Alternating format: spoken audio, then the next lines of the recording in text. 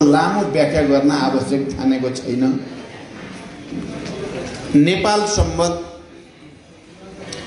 जसलाई राष्ट्रिय सम्बतका रूपमा नेपाल सरकारले मेरो नेतृत्वमा गणतन्त्रको पहिलो सरकार बनाऊ, त्यो सरकारले औपचारिक र आधिकारिक रूपले निर्णय गर्यो।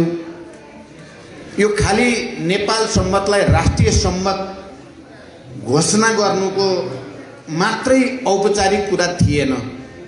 यो नेपालको राष्ट्रिय स्वाधीनताको आन्दोलनलाई, नेपालको आत्मसम्मानलाई नयाँ उचाइमा उठाउने उद्देश्य पनि यसभित्र अन्तर्निहित थियो। अहिले विश्वभरि कार्यान्वयनमा गएको इस्वी सम्बत भनेर जो गइराखेको छ, तर प्रत्येक देशले आफ्नो राष्ट्रिय सम्बतलाई पनि आफ्नो मौलिक पहिचानको रूपमा, आफ्नो आत्मसम्मानको रूपमा, राष्ट्रको स्वतन्त्रता र स्वाधीनताको प्रतीकका रूपमा राख्ने गरेका छन्। तर मैले यो निर्णय गर्दै गर्दा हामीले सोचेको कुरा चाहिँ यो सम्बतसँग दुईटा असाध्यै महत्त्वपूर्ण कुरा जोडिएका छन्। एउटा त जनतालाई ऋणबाट मुक्त गर्ने सन्देश छ, त्यो ठुलो सन्देश हो आफैमा।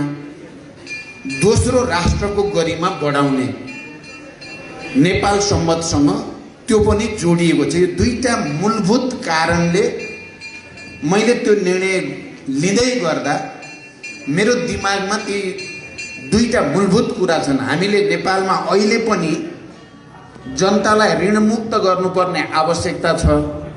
हामी सामाजिक न्यायको निम्ति, समानताको निम्ति, स्वतन्त्रताको निम्ति लडाईँ लडिराखेका छौँ। त्यसकारण नेपाल सम्बतलाई राष्ट्रिय सम्बत मान्नुको अर्थ शङ्खधर साखवा, जसलाई राष्ट्रिय विभूति भनि नै सकिएको छ, उहाँलाई सम्मान पनि हो र हाम्रो आन्दोलनको एउटा अभिन्न अङ्गको रूपमा यो प्रक्रिया अगाडि बढाउने कुरा पनि हो। फेरि हिजोका सामन्ती शासकहरूले, राणाहरूले, राजा महाराजाहरूले विक्रम सम्बतलाई जुन सन्दर्भमा चलाए त्योसँग कहीँ न कहीँ सामन्तवादको गन्ध त आउँछ नै। विदेशी हस्तक्षेपको र विदेशीसँग आत्मसमर्पण गर्ने राष्ट्रिय आत्मसमर्पणवादको गन्ध पनि छ। त्यसकारण नेपाल सम्बतलाई राष्ट्रिय सम्बत मान्नुको तात्पर्य हामीले इतिहासमा भएका हाम्रा गौरवहरूलाई स्थापित गर्ने, समानता र स्वतन्त्रताको लडाईँलाई अगाडि बढाउने, राष्ट्रियतालाई मजबुत गर्ने उद्देश्य देखेर त्यो निर्णय गरिएको हो। तर यो निर्णयसम्म ल्याइ पुर्याउन उपत्यकाभित्र रहेका नेवार समुदाय र त्यसका बुद्धिजीवीहरूको फेरि ठुलो भूमिका छ।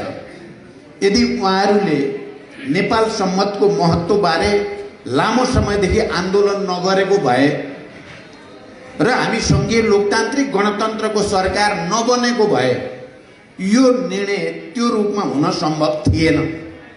यसको ऐतिहासिक सन्दर्भको कुरा गर्दा नेवार समुदायले भाषा संस्कृतिको पक्षमा र नेपाल सम्बतको पक्षमा अलि बढी आवाज उपत्यकाभित्र नेवार कम्युनिटीका जनताले, बुद्धिजीवीहरूले, राजनीतिज्ञहरूले बढी उठाउने गरे र मानिसहरूलाई के लाग्यो भने सायद नेपाल सम्बत भनेको नेवार सम्बतै होला भने जस्तो भ्रम दिने कोसिस पनि भए, भ्रम पनि केही हदसम्म परेको थियो। र हामीले त्यो निर्णय गरिसकेपछि नेपाल सम्बत सम्पूर्ण नेपालीहरूको सम्बत हो, सबै नेपालीहरूले गर्व गर्नुपर्ने कुरा हो। यसको सुरुवात पनि समानताको, सामाजिक न्यायको उद्देश्यबाट भएको छ। हामीले राष्ट्रिय विभूति भनि नै सकेका छौँ। त्यसकारण यो सम्पूर्ण नेपालीहरूको सम्बतका रूपमा हामीले राष्ट्रिय पहिचानको रूपमा यसलाई बुझ्नुपर्छ भनेर त्यति बेला व्याख्या गरिएको थियो। मैले बसन्तपुर डबलीमा त्यहाँबाट मैले त्यो निर्णय लिने बित्तिकै पद्मरत्न तुलाधरहरूले एउटा कार्यक्रमको आयोजना गर्नुभएको थियो। उहाँहरू सबैले मलाई विशेष रूपले बधाई भन्नुभएको थियो, किनकि यो धेरै लामो सङ्घर्षबाट पनि हुन नसकेको काम अहिले भयो भनेर मैले भनेको थिएँ। यो सिङ्गै नेपालीहरूले गर्व गर्नुपर्ने कुरा हो र मैले त्यहाँ यसको निम्ति अगुवाई गर्ने नेवार समुदायका जनता र बुद्धिजीवीहरूलाई विशेष धन्यवाद भनेको थिएँ। म आज पनि यो कुरा दोहोऱ्याएर भन्न चाहन्छु। उहाँहरूले लगातार आन्दोलन नगरेको भए पनि र देशमा सङ्घीय लोकतान्त्रिक गणतन्त्र स्थापना गर्ने क्रान्तिकारी काम हामीले नगरेको भए पनि यो चाहिँ चिज त्यही बेला निर्णय हुन सम्भव थिएन। मैले भन्न चाहने पहिलो कुरा।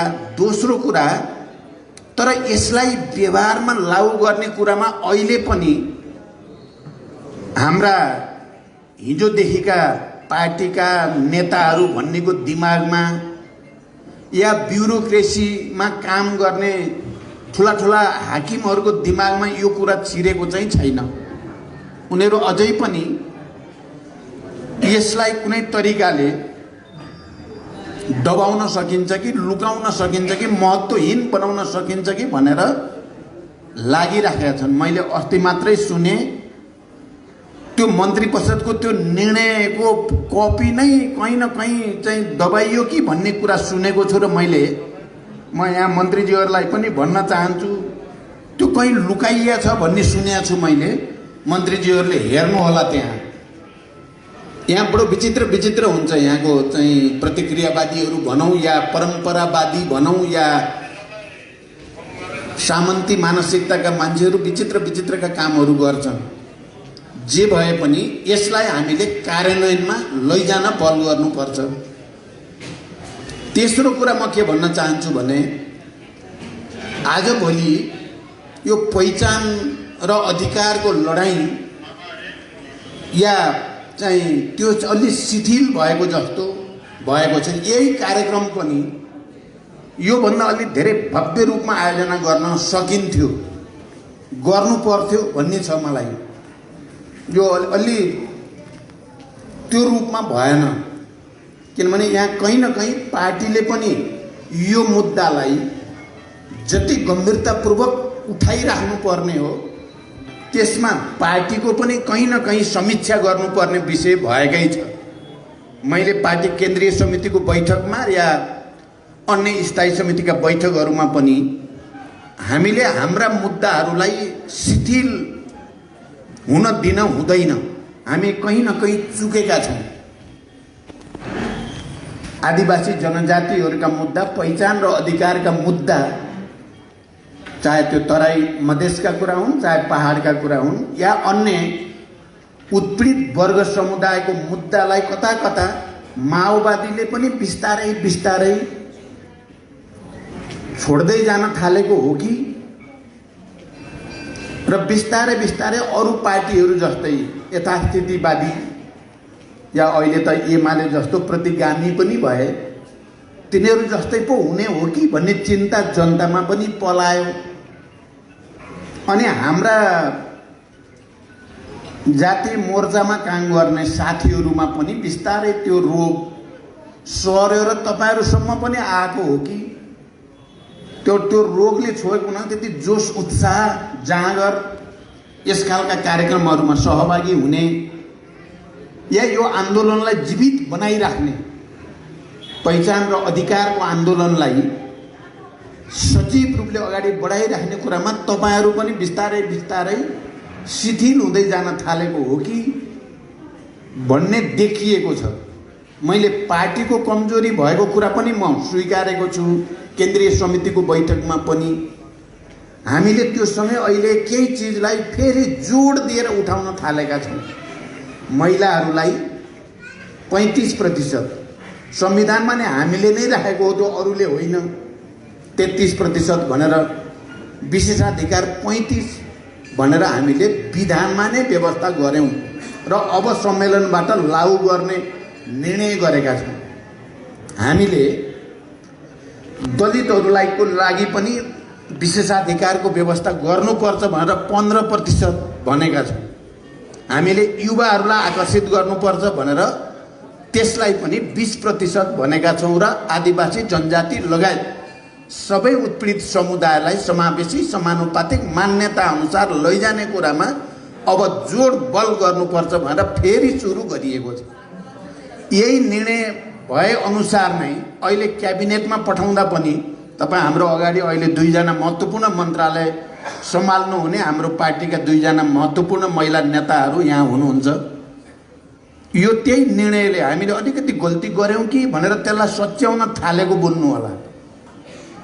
6 जनामा 3 जना महिला, त्यो पनि एउटा महिला मधेसी शहीदको छोरी, एउटा महिला आदिवासी जनजातिबाट, एउटा महिला आर्य समुदायबाट हाम्रै नेता हुँदै पनि यो चाहिँ हामीले गल्ती गर्यौं कि भनेर पार्टीले रियलाइज गरेको परिणाम हो भनेर बुझ्नु होला। र अब महिलाहरूलाई तपाईँ महिला दलितहरूको कुरा गर्ने हो भने पनि सबैतिर अहिले हामी जहाँ प्रदेश सरकार बनेका छन् यही नीति अनुसार हामी गएका छौँ र सम्मेलनमा हामी त्यसै गर्दैछौँ। त्यसकारण आजको दिन यहाँ उपस्थित तपाईँ सबै कमरेडहरू र मित्रलाई तपाईहरूले पनि चाहिँ आत्मसमीक्षा गर्न पर्यो। कहीँ हामी पनि चुकिरहेका छौँ कि? कार्यक्रमहरू राख्ने, आन्दोलन गर्ने, अन्तर्क्रिया गर्ने, गोष्ठी गर्ने, बेला बेलामा चाहिँ आफ्ना मागहरू लिएर सरकारमा जाने, कहिले सडकमा जाने र यसलाई जीवित राख्नेमा तपाईहरू पनि शिथिल, पार्टी पनि शिथिल, तपाईहरू पनि शिथिल। अब पार्टी अहिले जाग्न फेरि एकचोटि खोजेको छ।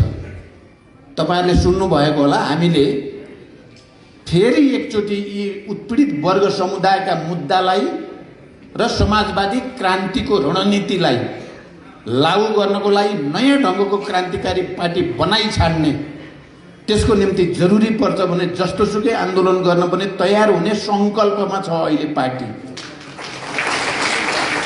म आज तपाईहरूसँग यही भन्न पनि आएको हो। त्यो सङ्कल्पमा पार्टी छ र हामीलाई विश्वास छ सबै उत्पीडित वर्ग समुदायले फेरि एकचोटि पार्टीले लिएको यो नयाँ सङ्कल्प क्रान्तिकारी पार्टी बनाइ छाड्ने, समाजवादी क्रान्तिको दिशातिर देशलाई लगी छाड्ने जो प्रतिबद्धता छ, यसमा तपाईहरूको सक्रिय साथ सहयोग समर्थन रहन्छ भन्ने हाम्रो विश्वास छ। यो विश्वास गत सालमा, किनभने कहीँ न कहीँ हामी यो बीचमा थोरै शिथिल भएको भन्ने मैले जो कुरा गरेँ त्यसको पछाडि एउटा त विचारधारात्मक प्रश्नमा जति छलफल गर्नुपर्ने, तलसम्म प्रशिक्षण गर्नुपर्ने र सबैको एकरूपता ल्याउनु पर्ने, त्यसमा कमी आयो र वैचारिक अस्पष्टता भयो। साथीहरूलाई अब कसरी समाजवादमा जाने पहिलो कदम के, दोस्रो के, तेस्रो के भन्ने चित्र दिमागमा चित्र क्लियर भएपछि त सबैलाई जोस आउँथ्यो। चित्र क्लियर नभएपछि के हो भने जस्तो भयो र हामीले अहिले त्यही विचारलाई परिमार्जित गर्न नै राष्ट्रिय सम्मेलन गर्ने र त्यहाँसम्म जाँदा हामी अरू जस्ता होइनौँ, हामी अरू पार्टी जस्ता होइनौँ, हामी अलि अर्कै जातका मान्छे हौँ।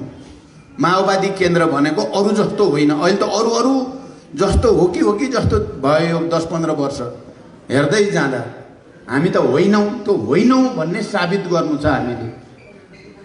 यो कुरा किनभने हामी अलि शिथिल हुँदा कसरी प्रतिक्रियावादीहरूले टाउको उठाउँदा रहेछन् त भन्ने देखियो नि। हामी अलिकति कमजोर जस्तो, माओवादी विभाजित जस्तो हुँदा चाहिँ कसरी प्रतिक्रियावादीले प्रतिगमनै गर्न खोज्दा रहेछन्।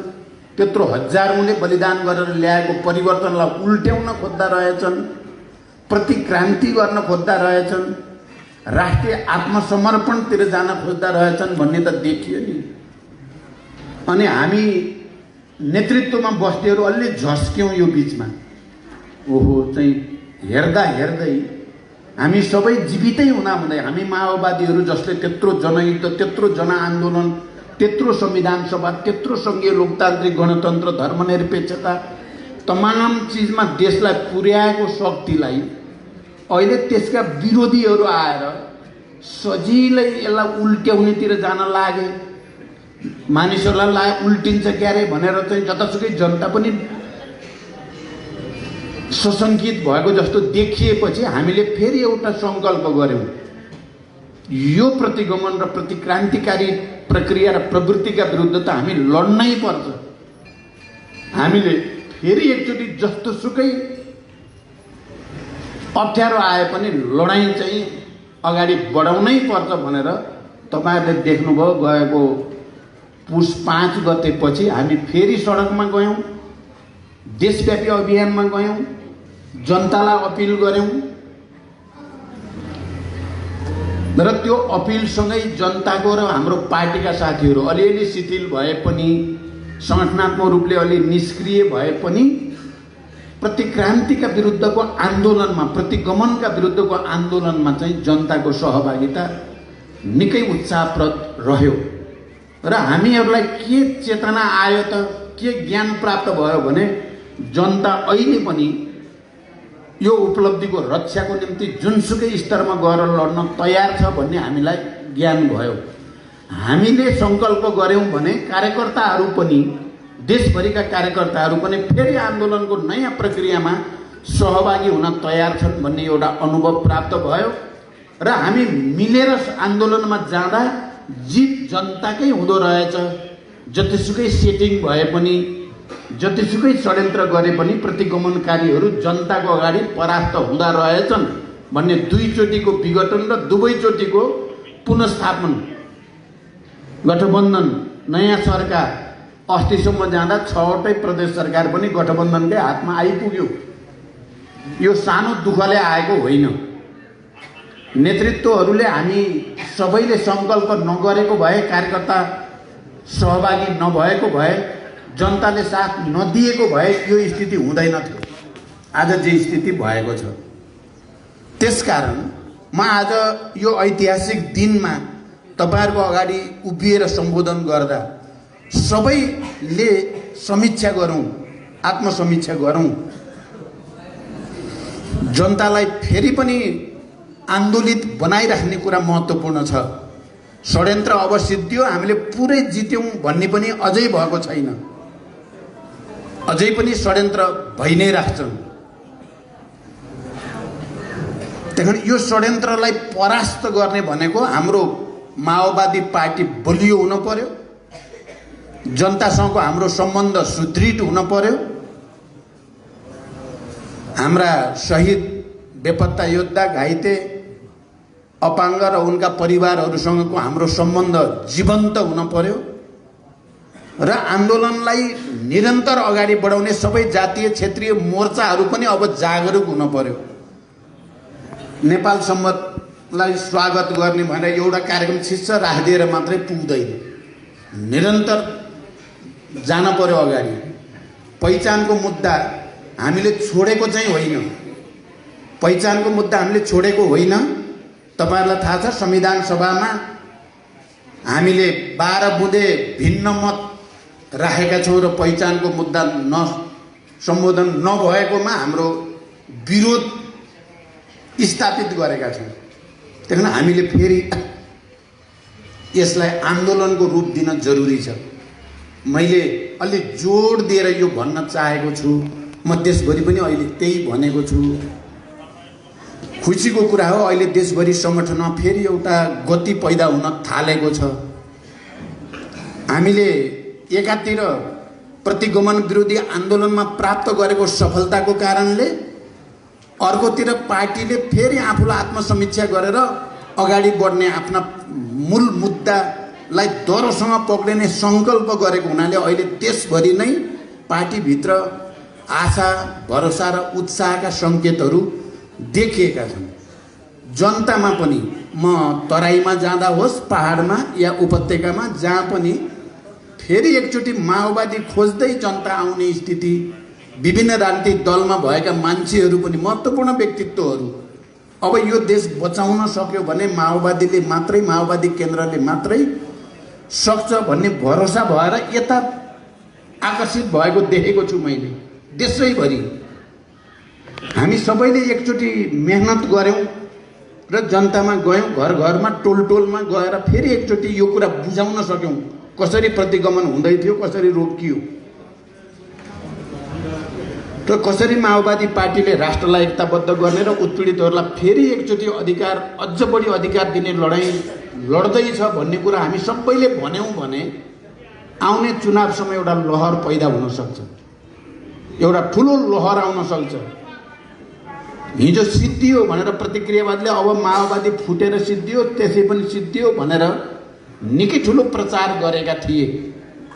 तर हामीले प्रतिगमन विरोधी आन्दोलनका माध्यमबाट र हाम्रो पार्टी केन्द्रीय समितिको बैठकको माध्यमबाट हामी सिद्धिएका छैनौँ, बरु हामी विजयी भएका छौँ अहिले पनि, र अझ ठुलो विजयको निम्ति हामी लडाइँको तयारी गर्दैछौँ भनेर हामीले जवाफ दिएका छौँ।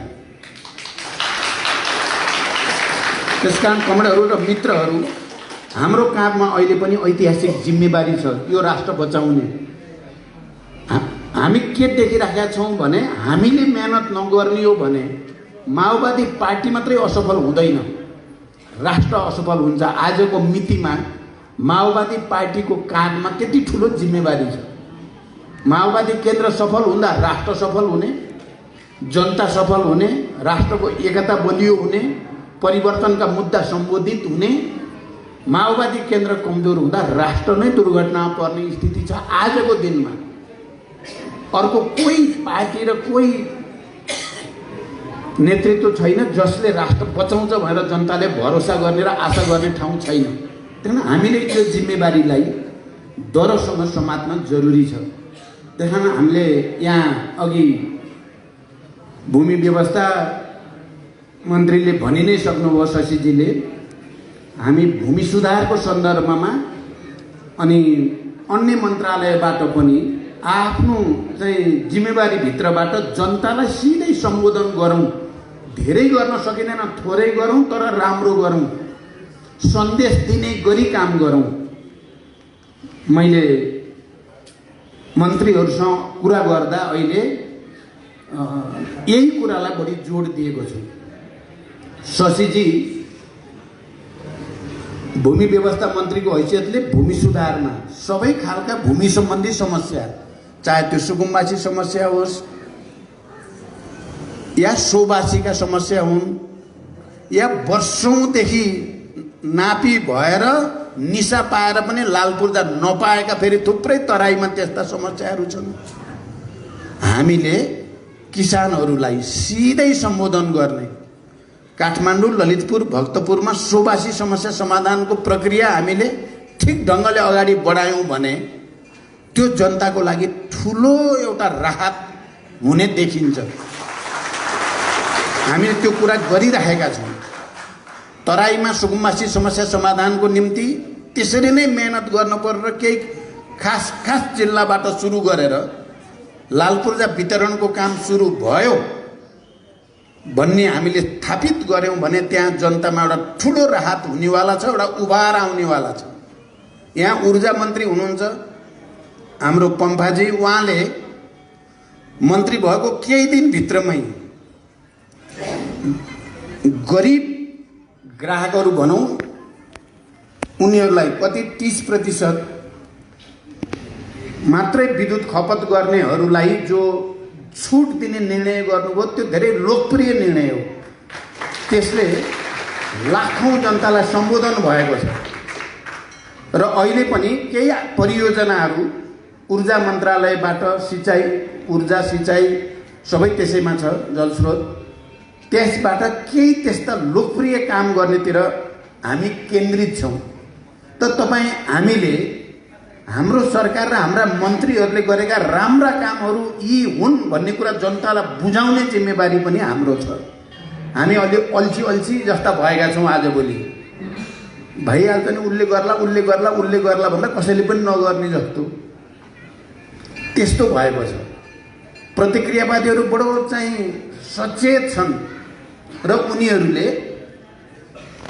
ताकेर माओवादीलाई हिट गर्ने, उनीहरूको उद्देश्य माओवादी नसिद्ध्याएसम्म, माओवादीलाई कमजोर नपारेसम्म उनीहरूको हिजोको सामन्ती भनौँ या हिजोको दलाल चाहिँ पुँजीपतिहरूको स्वार्थ पुरा हुँदैन।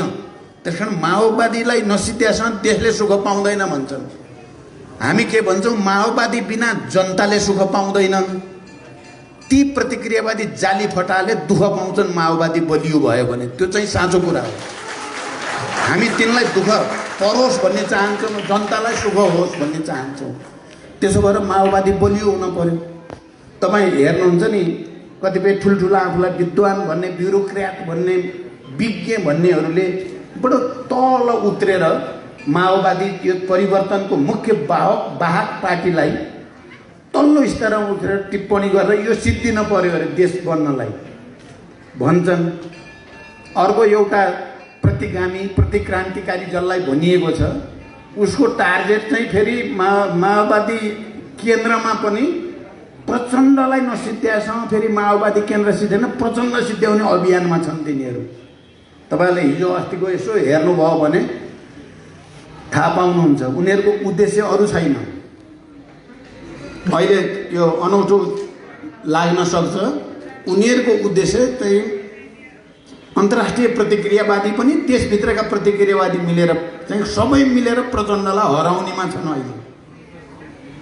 तर हामीलाई व्यक्तिगत रूपले हार जितसँग कुनै सरोकार छैन। हामीलाई नेपाल राष्ट्रले जित्न पर्यो, नेपाली जनताले जित्न पर्यो। त्यसको निम्ति लास्टसम्म लड्ने भनेर हिँडेका छौँ, लास्टसम्म लड्ने सङ्कल्प लिएर हिँडेका छौँ। अब जनतामा फेरि उभार आउन थालेपछि प्रतिक्रियावादी आत्तिन भित्रभित्र आत्तिएका छन्। त्यसकारण तपाईँ सबै यो झन्डामुनि सङ्गठित सबै मित्रहरूलाई म यी गम्भीर राष्ट्रका जनताका कुराहरूलाई विचार गरेर आफ्नो ठाउँबाट फेरि एकचोटि आत्मसमीक्षा र नयाँ सङ्कल्पसहित सक्रिय बनाउँ। म देख्छु के भने हामी यसरी युनिफाइड भएर सक्रिय भयौँ भने आउने चुनावमा हामी देशको नेतृत्व लिने ठाउँमा पुग्न कसैले रोक्नै सक्दैन भन्ने मेरो विश्वास छ। यही अपिल र फेरि नेपाल सम्वत 1142 को उपलक्ष्यमा सबै नेपाली दिदीबहिनी दाजुभाइहरूलाई हार्दिक बधाई र शुभकामना भन्दै म बिदा हुन्छु। जोजोलोपा शुभाय।